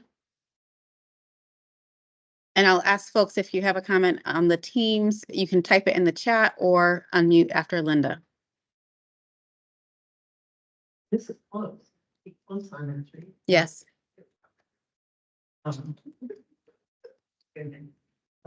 Anyway, I have 17 questions, so I'm not going to ask them. But I have one question and 2 comments. I'm going to start with one comment. Senator Miller, you commented on how wonderful it is to have 144 people as a task force. I think it's wonderful to have 144 people give input on the task force, but no task will ever be completed in a timely fashion with 144 voices being heard all at once. This is a, so that the subgroups, the co-chairs, all that structure is to be commended in getting those voices together. However, 144 people do not equal all the people in trouble in Rhode Island. So when you had mentioned to me once before, actually a couple months back, that this organization doesn't make decisions in a vacuum because they use the overdose prevention task force input. And I'm saying that's great, but I'm saying it's not enough. So we see, the entity that I represent sees 5,000 people a year. That's 5,000 families. And I can guarantee you that a very small percentage of those individuals and families are being recognized in this group. I don't know, and I've given this a lot of thought. Another time I would like to talk about it, but we need to access the rest of the people in trouble in Rhode Island with substances, not just those that are coming to the telephone conversations, the 144 people, and then those people that filter as the co-chairs. It's great. I'm just saying we need more. And then we have a question, and I'm just saying this to the committee. I don't know if when you make your recommendations, you also make recommendations for the dollar amounts. Is that what you do as individuals? You make the recommendations for the dollar amounts. So, and I've been missing in action for several months now. So, but the last time I looked, it was 1.5 million of over 50 million at this point had been given to the treatment pillar. Perhaps more have been allocated now. And in that treatment pillar, if I'm looking at this correctly, it's residential beds and then some residential for uninsured. There's a conference. There's more money for the method for the buprenorphine hotline.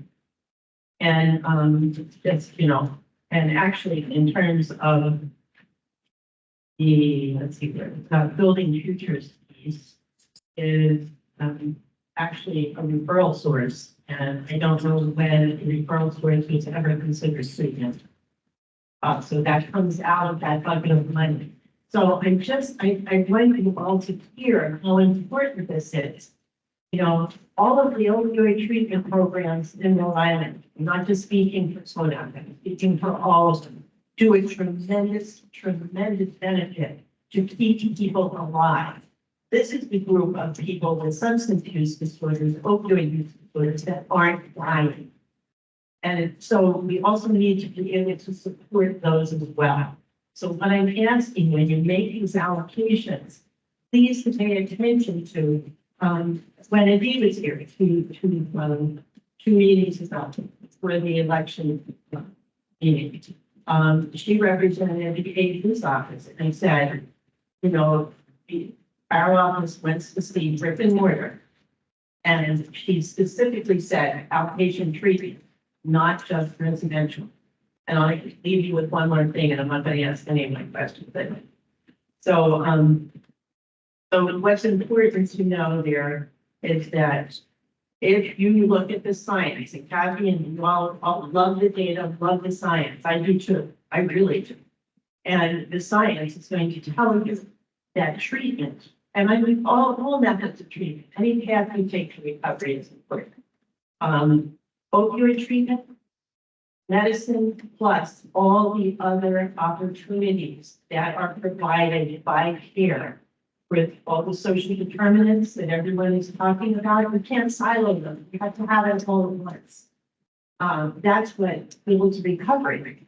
So you need treatment and recovery dollars here. Please, when you're making your decisions, think about that, because it hasn't been clearly in any of these budgets over the last however many years. That has not been clearly the case.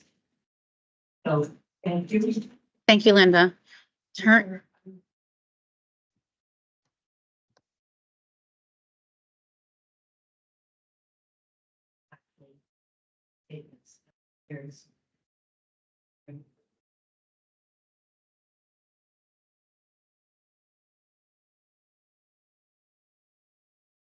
We need to, oh, excuse me. Teresa, I'm going to ask you to unmute and ask your question or make your Thank you. comment. Yes, Teresa Cobley. I want to point out a new resource for research, that an article that was written in the Journal of Addiction Medicine very recently on expert views on state policies to improve engagement and retention in treatment for opioid use disorder. And I just think it's useful information about trying to get more people into treatment and on medically assisted treatment. My own feeling is that the weightings of the 4 pillars are skewed. I mean, they're just kind of, they seem to be randomly just, let's put it into 4 buckets. And I feel like the harm reduction is grossly overweighted when there is a need for treatment, for beds and quality care and recovery that extends. This is a long-term illness. And one thing I think that we could benefit from is if we look at harm reduction, and I'm not against harm reduction, I'm just against the weighting of it. And I want to focus on getting people well.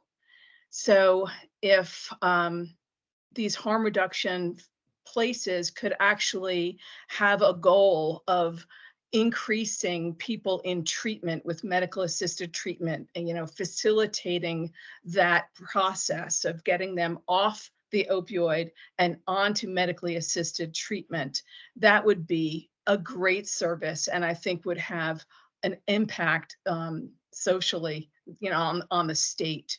But right now, we don't actually, we just count overdoses. And my son overdosed several times and inevitably, you know, died. So we need to get people well. And I think harm reduction centers should be obligated to facilitate transitioning onto MAUD. Thank you, Teresa. Thanks.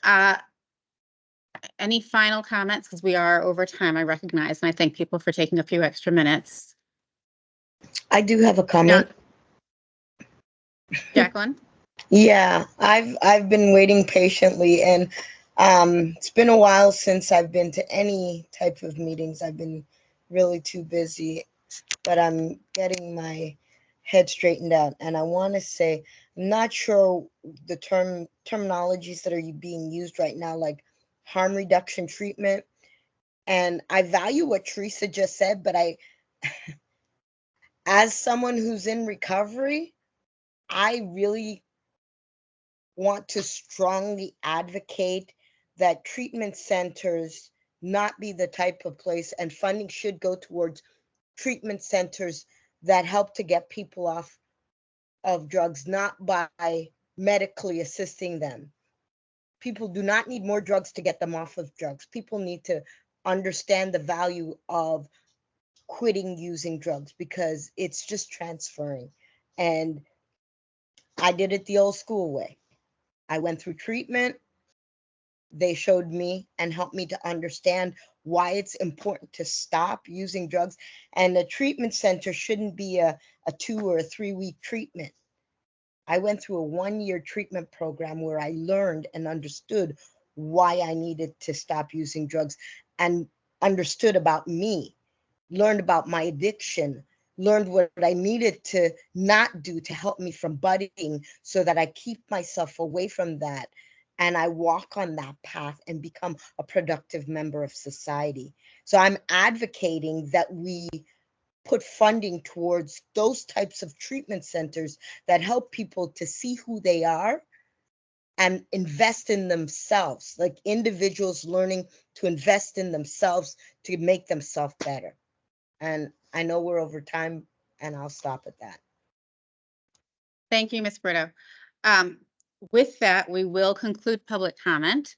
Couple of announcements before we conclude the meeting. So I want to thank everyone for your engagement and taking a few extra minutes and for your participation today, both committee members and members of the public. Our next meeting is scheduled for July 29th. However, as you heard, there's the technical assistance session to which a lot of the grantees or all the grantees have been invited. I also have a conflict. Some staff have a conflict. We need to move the meeting. We have a tentative date. We're checking, confirming that it works for all of the staff calendars, and then we will soon get out to you with a proposed new date within a few days of July 29th. So just be aware that we do need to move the July 29th meeting, and we'll be getting back to you about that soon. The July 25th. Sorry, the 25th meeting. You mean That we are 24th? thinking of moving. You mean 24th? It was Whatever the date of advertised. the July meeting is, because I obviously can't keep it straight. All I know is I'm not going to be there on that date that is currently scheduled. So we are looking at a new date and time. I apologize for adding to the confusion. But we will communicate very clearly in writing the proposed new date and time for everyone. Thank you. I also want to announce, and I don't know if Director Larkin is on, but I just want to again congratulate you on your appointment and welcome you and appreciate your designee of Dr. Chan continuing to serve on the OSAC. And I want to let folks know that it has been an honor and a pleasure to serve as chair of the OSAC. And I intend to continue to do so for a few more months, but then I will transition off just because it's also an honor and a pleasure to work and go to school and do some other things that I need to do. So we will be accepting recommendations, looking for your guidance. Ultimately, it will be the governor's office that will appoint a new chair for the Opioid Settlement Advisory Committee, but we would welcome your input on that. And I will be in this position through September, and then I will transition off and we'll do all I can to help transition the next chair in to be successful. So with that announcement, we can conclude the meeting. Unless the committee members have anything else, I don't see it, or the staff. Thank you, everybody. Have a wonderful afternoon.